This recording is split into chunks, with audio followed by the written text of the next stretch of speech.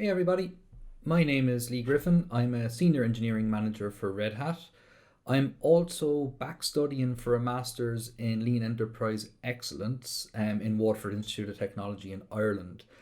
And it's a combination of that job and that study that I'm doing that I want to come today and talk to you about Scrum, but looking at it from a lean lens.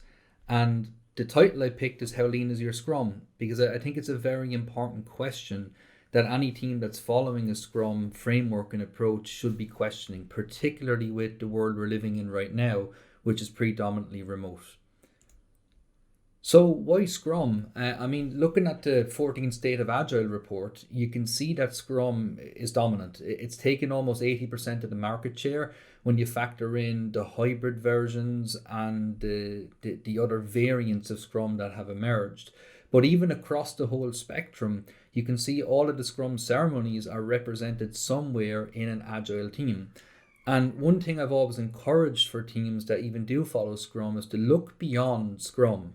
Because if you only have one tool in your toolbox, which is a hammer for most people, every problem looks like a nail. So you want to have a wider view to try and cherry pick some solutions to problems that you're facing. And usually the retrospective is where that comes up from an ideation perspective.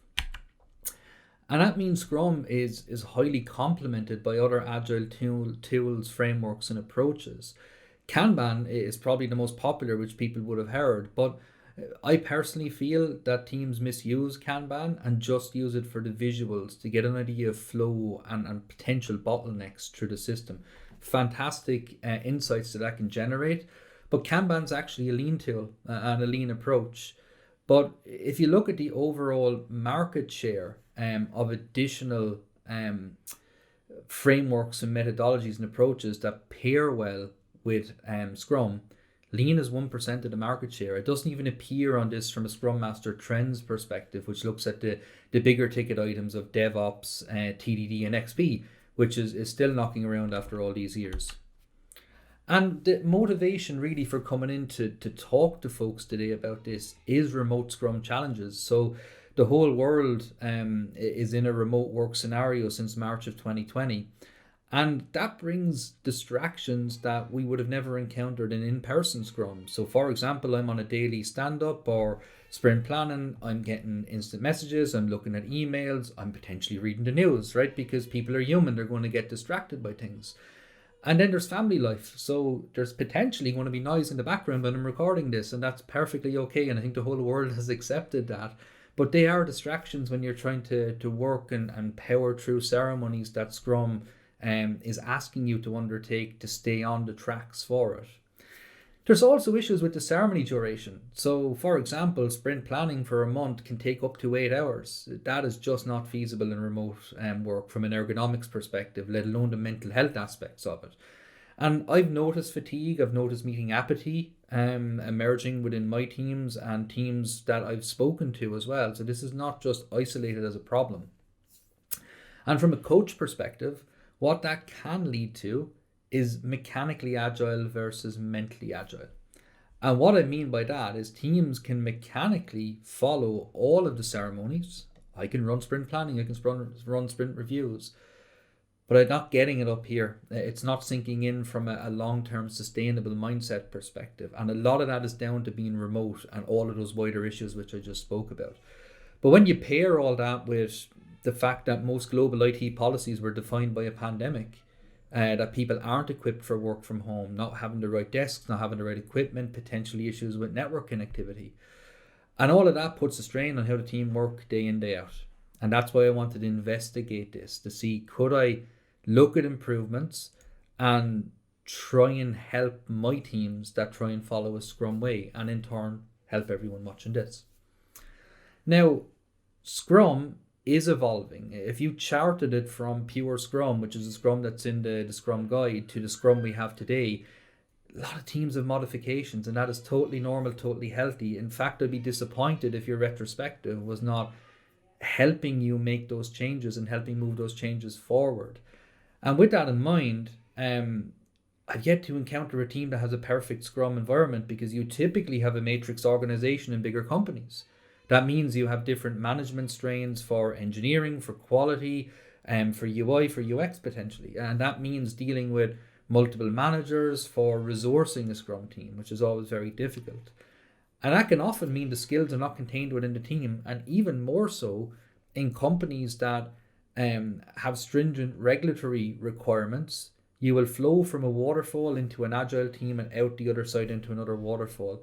And the reason behind that is regulations, that you have to have a production line kind of pipeline to validate the code or your outputs before it gets to your customer. That's the reality, but that's not the reality the Scrum Guide will tell you. Now let's just talk about Lean for a moment. So the origins of Lean are in the Toyota production systems, and that's going back to the 1930s. So they have a head start on us from a software engineering perspective about best practices. And in the early 90s, a guy called Womack wrote a paper with some colleagues that explored the key principles of Lean. And this was a summation of the 1960s Toyota Way, which Ono wrote and put together, which basically captured how the Japanese went about Lean production in a manufacturing capability. And he honed in on 3 areas, which I think are the most transferable, right? Not to delve us into manufacturing when I'm trying to talk to a software conference here. The focus is on productivity, it's on waste reduction, and evolving a continuous improvement mindset. What's really interesting though is people view Lean as yet another framework, a methodology. It's none of those things. It's a philosophy. And the most successful companies that have adopted Lean view it as a philosophy and bring it in from a cultural perspective, a leadership perspective, right through to how they train and interact with every single associate in the company. And there's a reason why Lean doesn't work and has a bad reputation. Lean is mean is an often used term. And it's because it has about a 10% success rate.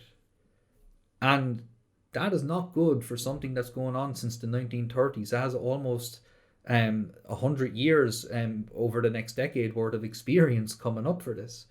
Yet 10% of them succeed. That 10% is where long-lasting change, mentally v mechanically, comes into it. So they're not just using the Lean tools, the Lean approaches, the Lean techniques. They're actually living it as a philosophy and living it as a culture. If you compare that with Agile success rates, you get a very, very interesting comparison. And that's probably next on my research and agenda hit list to try and figure that out. So over the next 25 minutes or so, I'm going to talk about the 8 wastes of Lean, but trying to view them through a Scrum lens. So we take the first waste, which is defects. So defects are additional work that needs to be performed on a product or service because it wasn't right first time. In software, bugs are just a perfect example of this.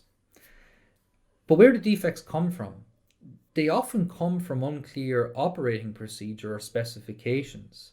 So there was ambiguity, there was some kind of room for maneuver for people to interpret what they were looking for. There's also issues with machines, with tooling, with approaches, with training, right? All of the normal ways that mistakes can happen. And what you want to look at here is why they're happening. And more importantly, how can you prevent them from happening again? So evolving that mindset of fix it, get the root cause, and move forward. So that's what Lean talks about when we talk about defects. But looking at this through a Scrum lens, Scrum struggles to handle in-flight bugs. You're after setting up your sprint, you're after allocating the work for the team. They've all bought into it. We've taken bugs from the backlog, and then a customer escalation comes in. Now, anyone that's worked with a SaaS platform, which is literally customer facing on the minute, will have SLAs and uptime requirements. And that often requires a dedicated team. And I had multiple SRE teams following Scrum that just could not account for the in-flight bugs and what was happening.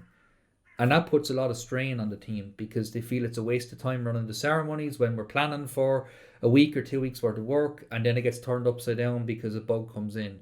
To quote Donald Rumsfeld's famous known unknowns, we know that there's going to be bugs coming in, but we still go ahead and do sprint planning and so on. And it's the unknown unknowns that come out that they cause the most problems from Scrum. There's also the requirements challenge.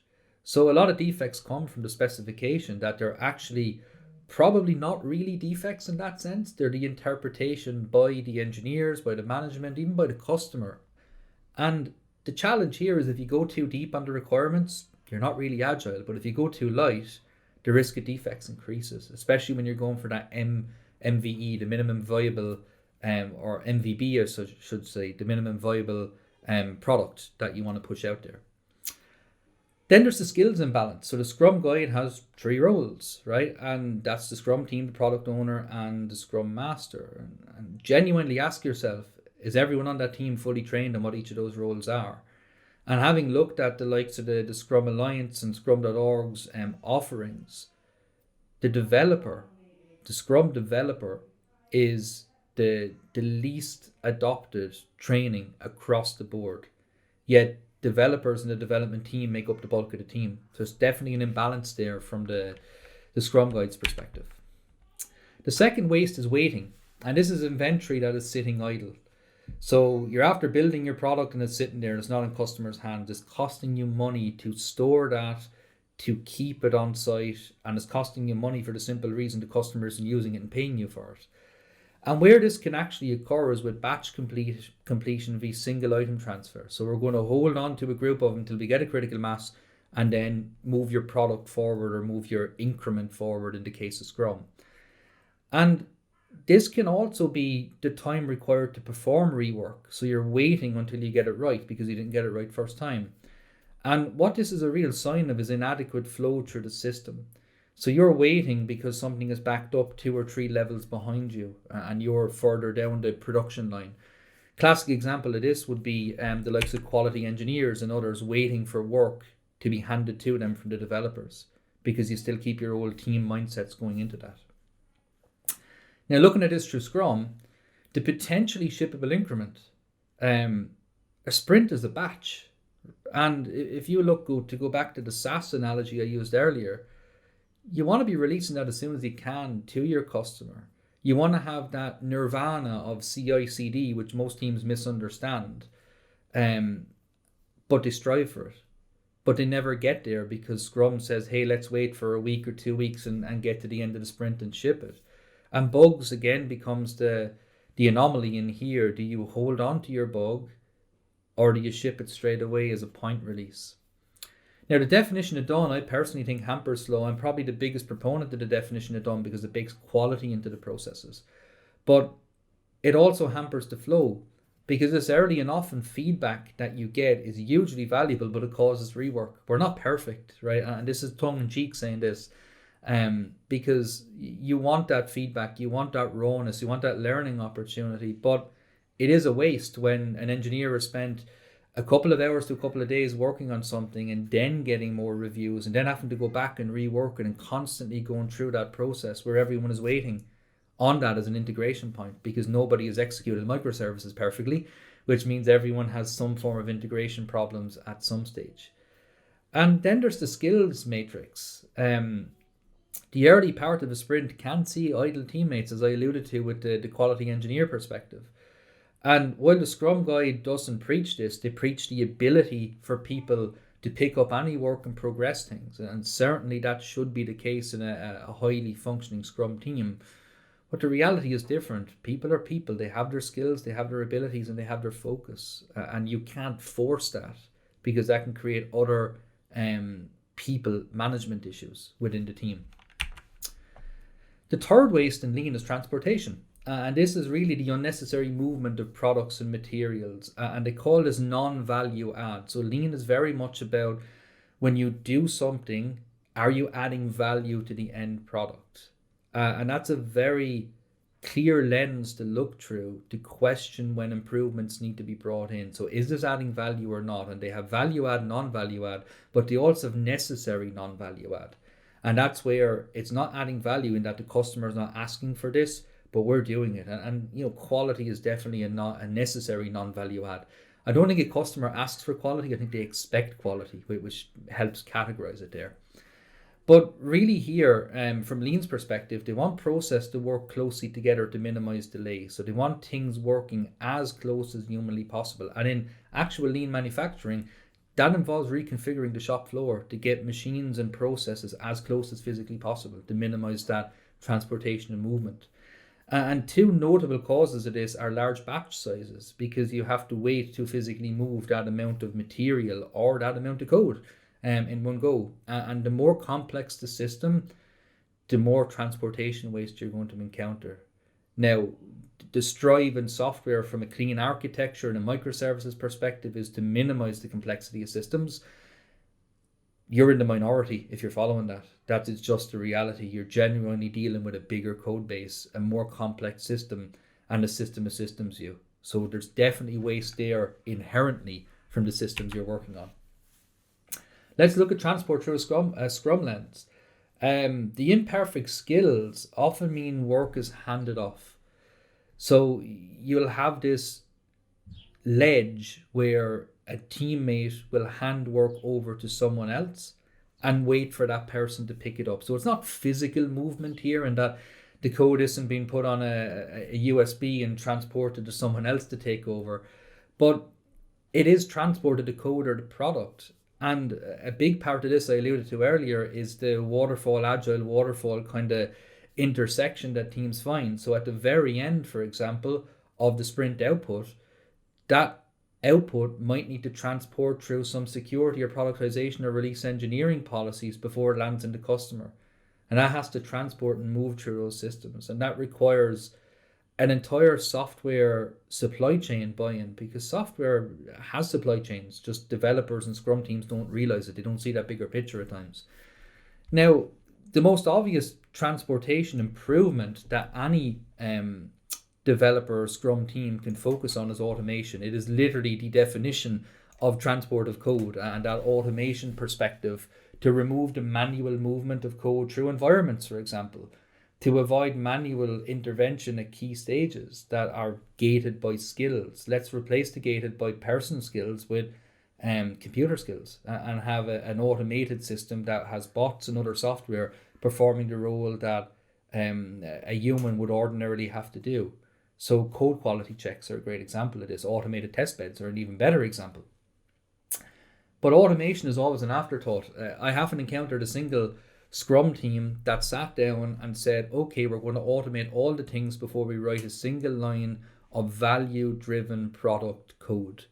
That doesn't happen because stakeholders genuinely don't want that. That's a non-value add from a stakeholder perspective, but a massive value add from a team perspective. So there's a huge imbalance there, in my opinion. The fourth waste is motion.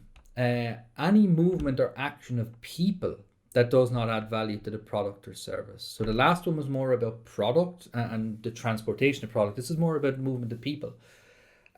Causes here are process design, workplace organization, and large batch sizes. Again, you'll see that repeating along the way with the various wastes.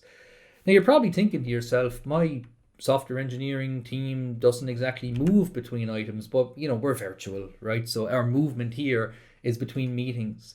And Scrum is very heavy on meetings, but in my opinion, it's heavy on meetings where interaction is low. So I don't mind a heavy meeting workload as long as everyone's getting value and the team are progressing as a whole out of it. But whole team meeting attendance is something that I've struggled with, because meetings genuinely aren't agenda driven.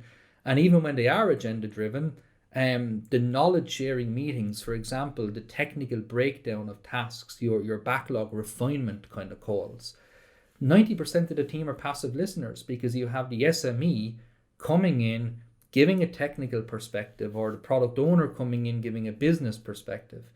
And that is fantastic for knowledge sharing, and I'm a big advocate of that. But do we really need to bring everyone to a meeting to do that? Can we not distill it a better way? Can we not share that information?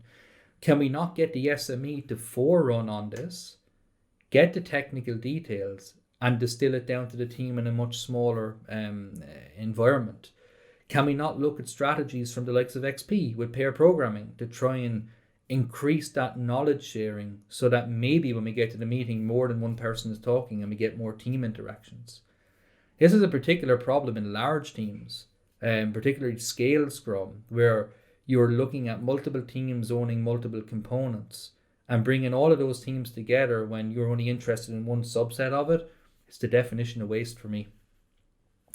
Now, the other motion is context switching, because the multi-hats for writing code, reviewing code, testing code, writing documentation, and so on means that you context switch. And there's fantastic research done out there when you try to achieve a 50-50 mental split and say, hey, until lunchtime I'm working on task A, after lunch I'm working on task B. You lose about 33% productivity because the brain just doesn't have that, switch, that click to turn on and off. And where this is really viewed is the intersection of Kanban, where WIP limits, that work in progress limits, they're not enforced, and revisiting early sprint work becomes a problem then, because we have to move back, context switch, and get back to a state to fix a bug or an issue that a review further down the value stream has identified. The fifth waste is the worst kind of waste, and that's overproduction. Overproduction has a lot of problems because you now have to store that, it triggers other wastes, and in some cases, from a software perspective, you've given away something for free, which is never good. I don't think business folks, the product owner in particular, wouldn't like that. And the great analogy I always use for this here, you're tasked with building a calculator that can only do addition and multiplication. That's what the customer is paying for. But, Scrum teams, software engineers, they innovate and they'll build in subtraction and division because it's easy. They're just the inverse operations. But you've now given away two massive features to customers for free and overproduced.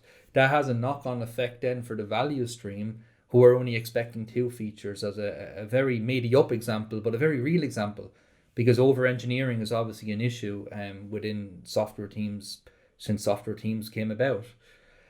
This can also happen when we produce faster than required from a lean perspective. So we have our deliveries to our customer once a week, but we're after optimizing the whole value stream, and we now should really be doing twice a week deliveries because we're piling up resources and so on. And it's also producing faster than the consumer wants. And that's a really interesting one, because from a multinational perspective, which I'm happy to share, customers often don't want new code drops every 2 weeks. That's a risk problem for customers. No matter how fantastic you are as a team, your quality benchmark, your industry reputation, customers simply don't want code that quickly.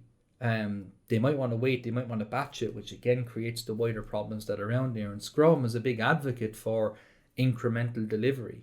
But is your customer ready for that delivery? And I know that incremental delivery can happen in-house, but in general, does your customer want code that quickly?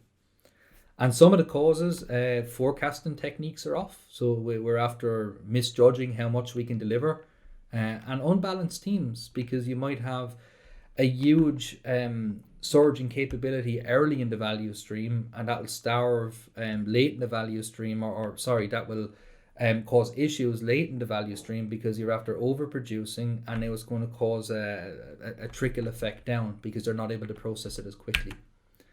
Now, looking at this through a Scrum lens, straight away, the first thing that I thought of when I was putting the slide deck together is the ratios within the team. You have a typical Scrum team of, say, 6 to 8 people. You're looking at maybe 5 engineers, 1 to 2 quality engineers, maybe a documentation person, and so on. But my typical industry ratio is about a 5 to 1 for engineers to QA. So straight away, there's an overproduction problem because 5 engineers are going to produce 5 times the work that 1 quality engineer has to get through. And then that brings questions of quality and oversight and so on. But a big one for me is estimates. And I know Scrum doesn't really advocate for estimates and story points for something that came around, but it does talk about velocity and predictive releases and so on. And they're heavily used by teams to try and predict when we'll deliver this code, or are we on track and so on. But rarely do teams complete exactly what they committed to. Which is okay, right? Because they're imaginary made up numbers for story points for a start. But that causes a problem because we can overproduce or underproduce. And most teams, when they underproduce in their retrospective, they'll overtune it and overproduce. And this creates this waste out of it. And then you have acceptance criteria. And there's an issue for me with extra functionality that the acceptance criteria hasn't captured. And these can be helpful functions for the team. They can be little code additions that the customer might be able to get more information from, or help them with debugging or whatever. They're value adds in one sense, but we didn't ask for them, and the acceptance criteria didn't account for them. And that creates a bigger footprint from a DevOps perspective, because every line of code you write, you have to support in production. And that's another waste. The sixth waste is inventory, and that's stock being used and not, or stock being held and not used in a just-in-time manner. So a JIT manner is where you produce it and use it straight away. This can also be unnecessary storage before or after a process. So holding on to an item to maybe batch more together, or just because people are too busy or the next stage is not ready for that, so we have to store that inventory.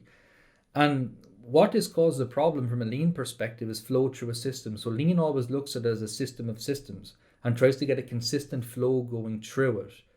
And when bottlenecks are spotted in lean, that's exactly where they focus in, to try and improve that lead time and that waiting time.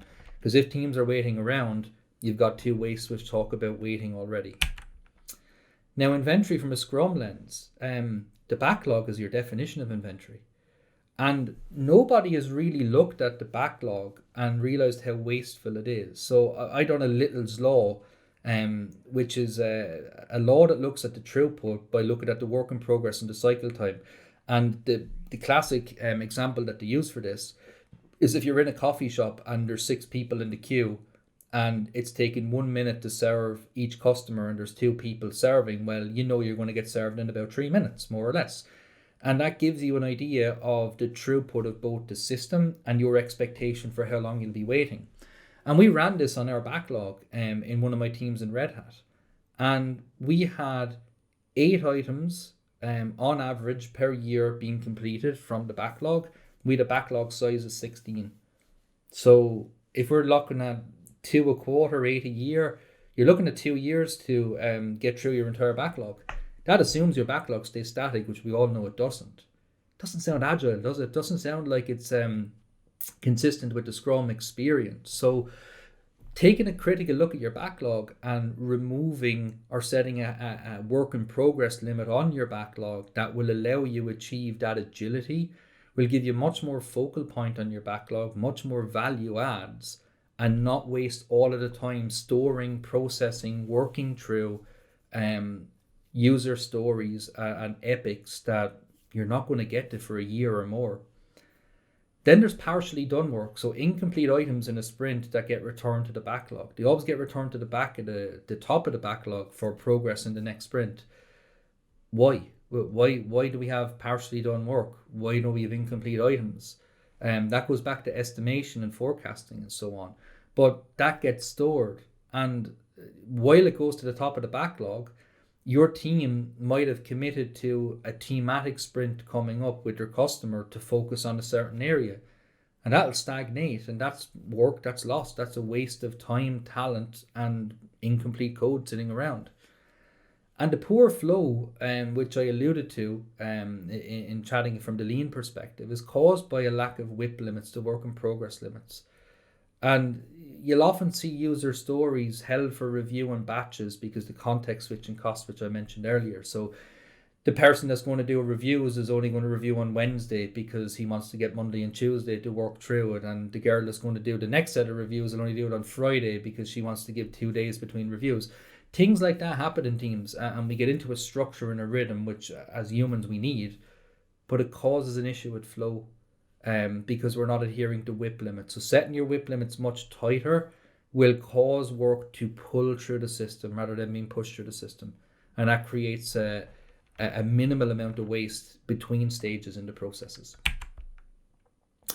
Waste 7 is extra processing. And what this talks about is using the minimal amount to match what is useful and needed. This is literally following the specification to the T and not doing any extras to build that product or make that offering a reality, as well as the final process. And what this is caused by, from a lean perspective, is a lack of standardization on best practices and unclear specifications.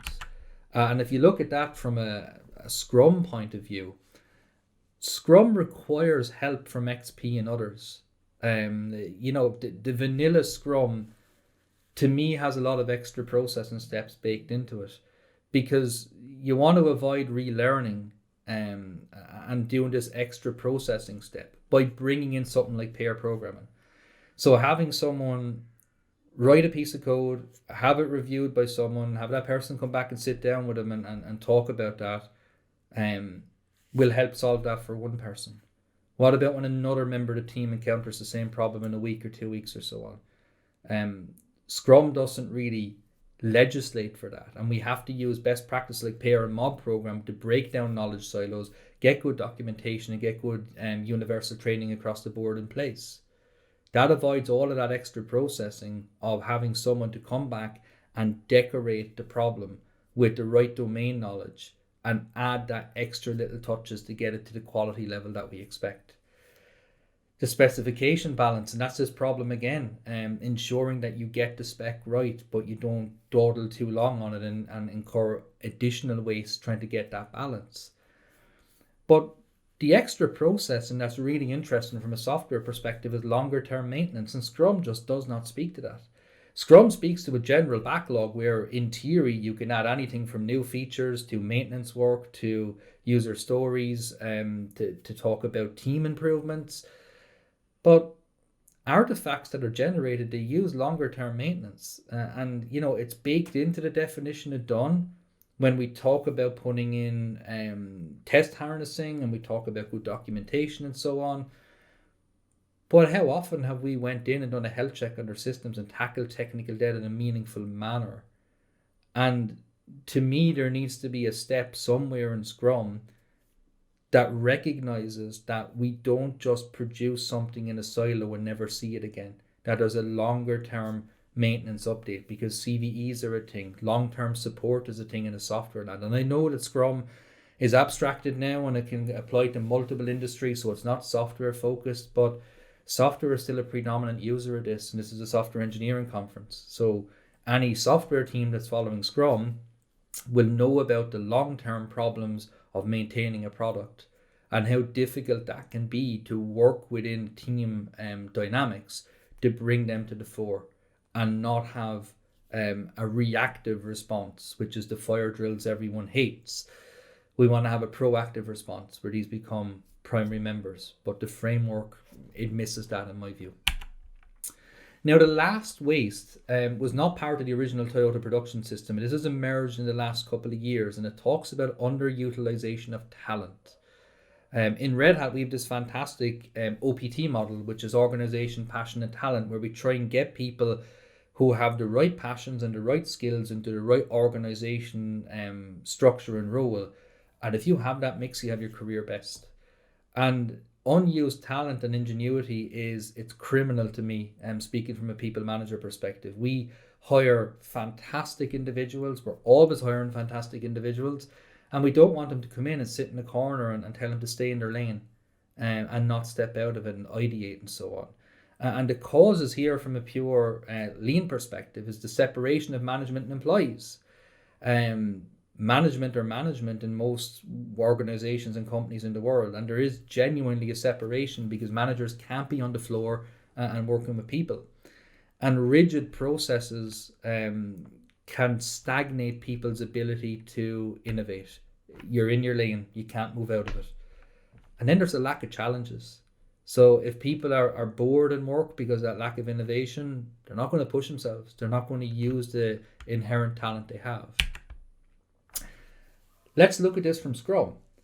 Scrum doesn't recognize the manager role for a start, which is an issue, and I'm perfectly okay with that. But some teams, when they go and chat with their manager, it becomes a debrief on what the team is doing versus a career conversation and a personal growth and a coaching opportunity from the manager's point of view. That separation of concerns means there's a lack of day-to-day pulse for guidance and career changes. And it means that natural separation between the manager and the associate can cause disillusionment at the team level, because they feel the manager either doesn't care or they feel they're wasting the manager's time by telling them all that's going on in the team. And Scrum by the book, retrospectives stay within the framework by the book. You never see the recommendations, and even going to multiple conferences, to change the fundamentals of Scrum, because you break Scrum, because Scrum works as a framework that says stay on the tracks and you'll get to your destination.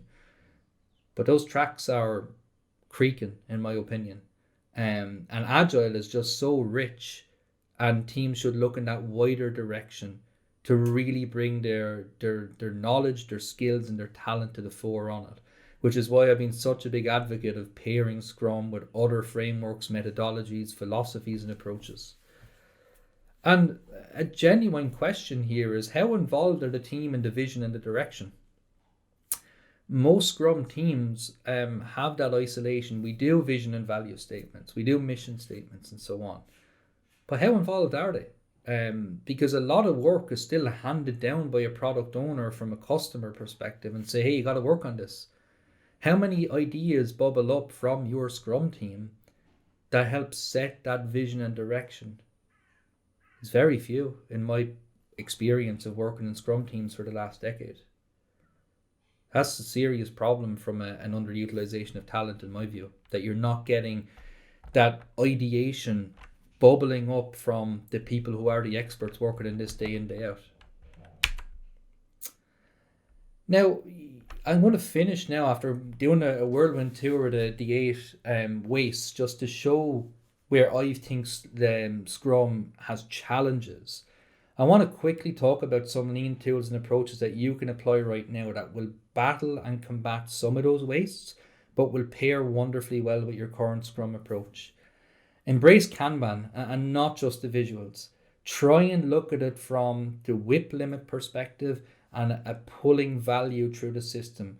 I often say pull from the right of your board, because the right hand side of your board is typically where you are closest to the finish, where you're going to get that item fully complete and moved on. And what you want to try and do is minimize context switching to increase the flow by getting people to look at the deployment, the documentation, the final quality steps, the peer programming, right down to starting a new ticket. So before you go and pick something new, can you help bring anything that's in progress closer to that finish line? What about your Scrum ceremonies? To me, there's a lot of idle people. Can you streamline them? Can you async some of the aspects? Can you get the technical experts to be technical experts, but within your team, to do knowledge sharing asynchronously and not bring a team or multiple teams together to listen to one person speak for a couple of hours about a technical area? See, can you disconnect that? What about your backlog? Little's Law, run it on your backlog. Tell me how many stories you're completing in a sprint, in a quarter, in a year. Tell me how big your backlog is, and tell me how long it's going to take you to do it. And if you're unhappy with that question or that answer to that question, you should really be looking at a work in progress limit on your backlog. Cap it at a number that you feel will represent the runway that you want your team to have for your customers and your industry. Can you exhaust it in 6 sprints, as an example? I don't think most teams can. I think it's way more than 6 sprints worth of work there. That forces value conversations and trade-offs with customers and the team then, which is really interesting. And the last one for me is empowering your team. Innovate, influence the backlog, bubble up those ideas, use that God-given talent that they have, that you hired them for, that you're paying great wages for. You want that idea, you want that coming up, and you want to get that innovation bred into your teams. Get maintenance, bugs, technical debt on the backlog in a proactive manner. Make them primary citizens. Don't make them a ratio number in your sprint that you feel obligated to bring in. That is hugely problematic. It is creating several wastes within the value stream, and it's something very easy that you can change. And that is it. That is me. I am available on Twitter at Leigh Griffin, and my email is there, lgriffin@redhat.com. I hope you enjoyed the talk today. I really hope you got some value from it, and I hope that you'll start considering lean within your Scrum teams, because to me, this is a very rich area that has not been explored, that is under 1% market share.